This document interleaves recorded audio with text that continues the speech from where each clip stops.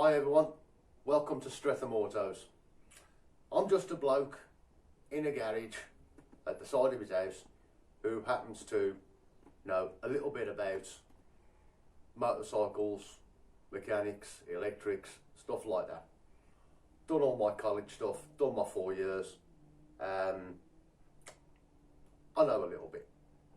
I've been asked over the years to do some videos, show people how to rebuild engines, sort out the electrics, do the painting, change tyres, sort brakes out, stuff like that.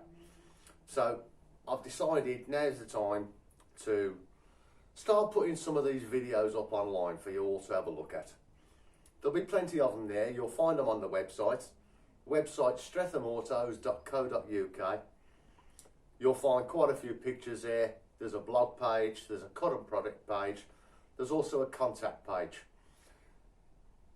If you've got any questions, just drop me an email through the contact page. There's also a phone number on there. If you decide to give me a call with a problem, please bear in mind it is very difficult to do a diagnostic long distance. I won't always know the answer. I don't know everything. Sometimes I'll hit the nail on the head. Other times I won't have a clue. That's just the way it goes. But it is difficult trying to diagnose a problem when you haven't got the machine in front of you. Back to this lot. Been asked to do a couple of projects. So a few days ago I picked up two old Peugeot Speedfight 100's. Didn't pay a lot for them, and you can see this thing here. This is actually the better one of the two. Good thing is we have the keys. I don't know if they're the right ones. We have the CDI. Reg. Haven't got a clue what that box is there, but I've got to download the workshop manual, so I'll soon find out. On this particular bike, the front master cylinder on the brake is absolutely shot seized to pieces, so that'll get changed. Some of the wiring up front seems to be okay, but as we come down here, you can see, if you zoom in on the video, we have a few sins in the wiring. It's been cut and taped. That will get sorted.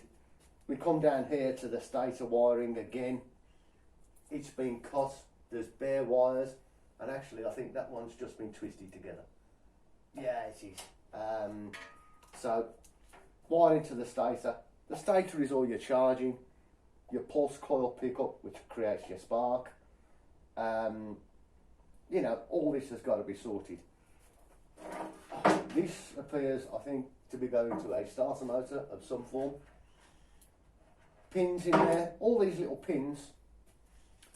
These little pins in the multi-plugs, they're easily changed. You can get them quite easily. Little bit of soldering, you'll get brand new pins in there, sorts out your back connections. Again, not a major problem. We have a caliper just hanging around, appears to go to the back. Don't know why it's there, because this machine actually has a rear caliper on it. So I don't know what's going on there. Back of the machine, again, we've got wiring and pins hanging out all over the place. We'll soon trace those, not a major problem, but they will all get off. Cut them off, just put new pins on there. Really easy to do. Ignition coil, yeah, for the cost of those, whether that's working or not, it's going to be about £6 to change it. That, it'll obviously need a new plug cap. So yeah, that'll get done. What I'm going to show you over the course of these videos is how to strip the engine down completely, because it's no good looking pretty if it ain't got a heartbeat. So I don't know the history of this engine, so it will get completely stripped. New crank bearings, new seals. We'll check out the condition of the crankshaft and conrod, make sure that the big end and the small ends are going to be good, no sideways play in those, and then we'll rub all the cases down, we'll repaint everything, and eventually that engine will be looking brand spanking new and very nice. It appears to be standard. We have what looks like a standard exhaust on there, although if you look down the hole in the end, there might be a few nasties hiding in there. Again, we'll check it out as we take it apart. Coming up to the front end, we got more wires up here. Those could possibly have been to a brake switch. I won't know till I fetch the front off.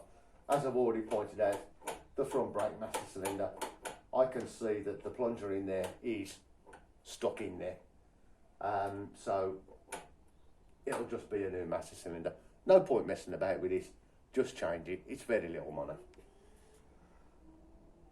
The forks will get stripped out, simply because, one, I want to be able to make sure that this stem all the way through is nice and straight.